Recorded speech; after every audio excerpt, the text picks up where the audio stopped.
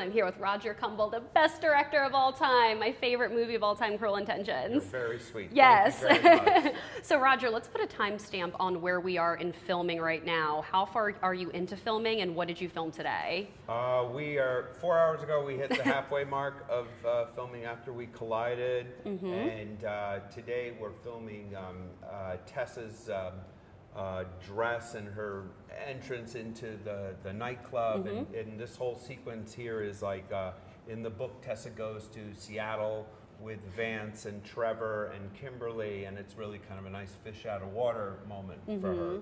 Right, so when I first finished reading After the book, my immediate thought was like, oh my God, the whole bet, this is so similar to Cruel Intentions. And I spoke with Anna about that earlier, and I was just wondering, like, after you read the books, did you see the similarities between Sebastian and Annette and Hardin and Tessa? I did. I asked her for money, and then she said no. It's a common story theme, and I thought she did it so amazingly well. And I love her writing. I love her book. So I was just ecstatic thrilled to jump on board this. And I know on Instagram you said you haven't seen this much chemistry on set since R&R, since Reese and Ryan. Can you talk about that in specifics? Well, it's just I saw it with the first film. It was like, and the first film was more poetic and them getting to know each other, and you felt the chemistry when watching that movie. And this is more kind of like an emotional roller coaster, this movie. Right. But it was so great that when you jump into something like this, where the characters have been established and the actors, that they get along so well on screen and off screen, and the sparks fly. Right. Well, when you first announced that you were going to be directing this film via Instagram, you said you were excited to work with your friend Selma again, and I'm just curious. I know Jen confirmed on Instagram that you guys are kind of working around her health, but I was curious if you could give us any details about like stuff that you're trying to potentially film with her.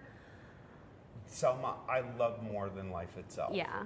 It's funny, the day I met Anna, I was at the MS event honoring Selma with Sarah Gellar. Yeah. So we are doing everything possible to make sure that Selma as Carol remains in this series. And first and foremost, right now, we want her to get healthy. Of course. But we ain't recasted. I'll just say that. Okay, perfect.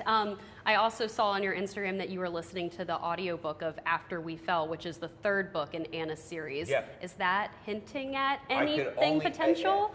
Anna dangles the carrot. No, I would love to be a part of this whole series. I just love working with Anna Todd. So. Yeah, well, and I love your message about like this is like the empowerment of women, like you put on your Instagram and everything. And I love that you're involving Anna and like all of the women involved in the film. Can you talk about what it's like having Anna so involved on set with you? Makes my life 100 times easier because she created this world and she knows the characters, and Josephine knows the characters incredibly well. She's read all the books. So it just makes it easier when we're doing a scene, like even, we call them Easter eggs, like little things that like only the fans would get. Right. And I'm like, hey, what's an Easter egg? And I could ask Josephine or Hero or Anna, and that's what makes it great. But everything comes from a place of like, Tessa's empowerment. Right. So we live in a world where fandom is, great, and they want, updates every single day, but that can also kind of like hurt sometimes. I know, especially because like we're talking about a book, transferring it to a movie, and sometimes things don't always end up being exactly like the book. So I was talking with Anna about this earlier. So what's the balance of kind of listening to the fans, but also potentially changing things for the movie so that it plays well more on screen? I think that's a great question. It was one of our challenges when we started just restructuring the latest screenplay. And, it's just, you can't do every storyline. Right. If we did it as a limited series like Big Little Lies, that would be another thing. But we're a 2-hour movie, so some storylines had to go, and we just focused on the A and B storyline, if that makes sense, Right. Yeah.